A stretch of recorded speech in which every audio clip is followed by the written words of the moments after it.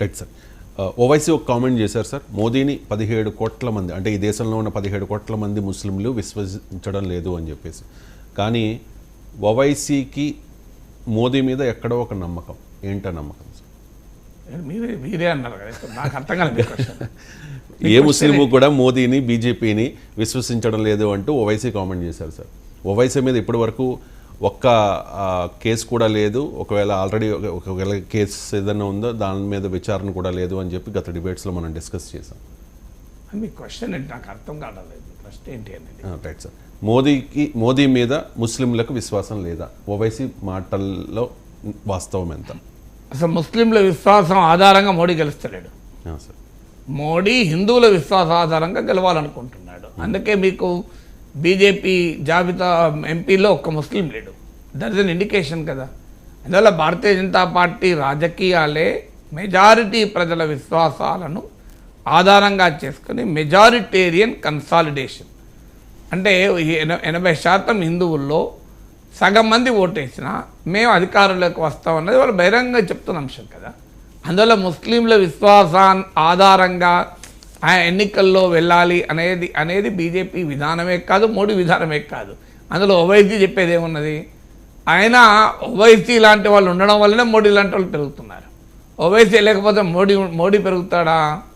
So Owaisi లేకపోతే రాజాసింగ్లు ఉంటారా?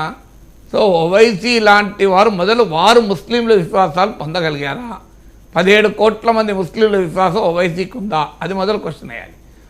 17 కోట్ల మంది ముస్లింలకు ఓవైసీ ఏమైనా ప్రతినిధా?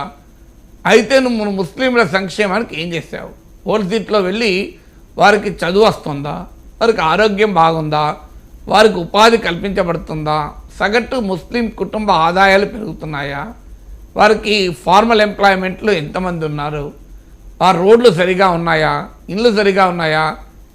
అసలు ఈ పాత బస్తీలు ఇవేవీ లేకుండా, అసలు మేము విద్యుత్ బిల్లు కూడా కట్టకుండా అదొక మాఫియా సామ్రాజ్యంలాగా నడుపుతాం అనే విధానంలో రాజకీయాలు చేసేవాళ్ళు మోడీని అడిగే హక్కు ఉంటుందా చెప్పండి? అందువల్ల మరి మోడీకి 17 కోట్ల మంది ప్రజల విశ్వాసం లేదు అని ఓవైసీ అంటే, మరి 123 కోట్ల మంది, అందులో పోనీ 120 కోట్ల మంది హిందువుల విశ్వాసం ఓవైసీకి ఉందా? అందువల్ల 123 కోట్ల మంది హిందువుల విశ్వాసం ఓవైసీకి లేదని రాజాసింగ్ అని, 17 కోట్ల మంది విశ్వాసం ముస్లింల విశ్వాసం మోడీకి లేదని ఈ పాలిటిక్సే దేశాన్ని విభజిస్తుంది. అయ్యా 140 కోట్ల మంది ప్రజల విశ్వాసం పొందాలని కోరుకోవాలి తప్ప హిందూ ముస్లిం డివైడ్కు బీజేపీ ఎంత ప్రయత్నం చేస్తుందో దానికి అంత సహకరిస్తున్నది, ఉపయోగపడుతున్నది ఓవైసీ. అందుకే ఈ రకమైన స్టేట్మెంట్లు ఇచ్చి ముస్లింలకు మోడీ వ్యతిరేకమని చెప్పడం ద్వారా హిందువులను మోడీ వైపు పంపించేటువంటి ఒక పెద్ద ప్రయత్నం ఓవైసీ చేస్తున్నాడు. అందువల్ల ఒకసారి ముస్లిం పోలరైజేషన్ జరిగితే హిందూ పోలరైజేషన్ ఆగుతుందా? కేవలం ముస్లిం మతవాదం ఆధారంగా 7 ఎమ్మెల్యేలు ఒక ఎంపీ సీటు ఓవైసీ తెచ్చుకుంటుంటే బీజేపీ హిందువుల ఓట్లతో సీట్లు తెచ్చుకోవడాన్ని ఎవడాపగలుగుతాడు? అందువల్ల ఈ పోలరైజేషన్ అనేది ఓవైసీ వ్యవహారం అంతా బీజేపీ పెరుగుదలకు ఉపయోగపడే వ్యవహారమే తప్ప బీజేపీని ఎదిరించేటువంటి రాజకీయమే కాదు. ఇది అంతకుముందు ప్రతిపక్షాలు అనుసరించిన ముస్లిం అపీజ్మెంట్ పాలిటిక్స్, ముస్లింలను ఒక ఓటు బ్యాంకులుగా చూసి వాళ్ళను బుజ్జగించి, నిజంగా పేద ముస్లింకి వచ్చిందేం లేదు, పోయిందేం లేదు, మధ్యతరగతి ముస్లింకి వచ్చిందేం లేదు, పోయింది లేదు. ముస్లింల బుజ్జగింపు పేరిట కొంతమంది నాయకులను బుజ్జగించడం వల్లనే ఇవాళ బీజేపీ పెరగటానికి కారణమైంది.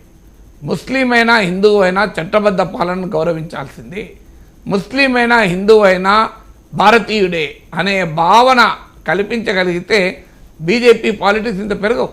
అందువల్ల ఓవైసీ లాంటి వాళ్ళు ఈ ముస్లిం ఓట్ బ్యాంక్ పాలిటిక్స్ను పెంచి పరోక్షంగా బీజేపీ పెరుగుదలకు ఉపయోగపడుతున్నాడు. అందుకే ఓవైసీ పైన ఏ కేసులు ఉండవు కూడా. ఓవైసీ పైన ఒక్క కేసు ఉండకపోవడానికి కారణం ఆయన ప్రత్యక్షంగానో పరోక్షంగానో బీజేపీ పెరుగుదలకు ఉపయోగపడే రాజకీయాలు చేస్తున్నాడు కనుక ఆయన తస్మదీయుడు కాదు, ఒక రకంగా బీజేపీకి అస్మదీయులానే కనబడుతున్నాడు. అందుకే ఓవైసీ పైన ఇంతవరకు ఓవైసీ కానీ ఆయన తమ్ముని పైన అసదుద్దీన్ పై కానీ, అక్బరుద్దీన్ కానీ, ఎమ్మెల్యేలపై కానీ, ఎంఏకు మద్దతుగా ఉండే వ్యాపారవేత్తలపై కానీ ఎక్కడ ఈడీ, సిబిఐ, ఐటీ పొరపాటున కూడా ఒక్క కేసు ఉండదు. సో అది క్లియర్గా కనబడుతుంది కదా. ఎందుకు మరి ఓవైసీ లాంటి వాళ్ళు ఉంటేనే కదా బీజేపీ ఉపయోగపడేది. అదే అడిగాను సార్, ముస్లింలకు నమ్మకం లేకపోవచ్చేమో కానీ ఓవైసీకి నమ్మకం ఉంది అని.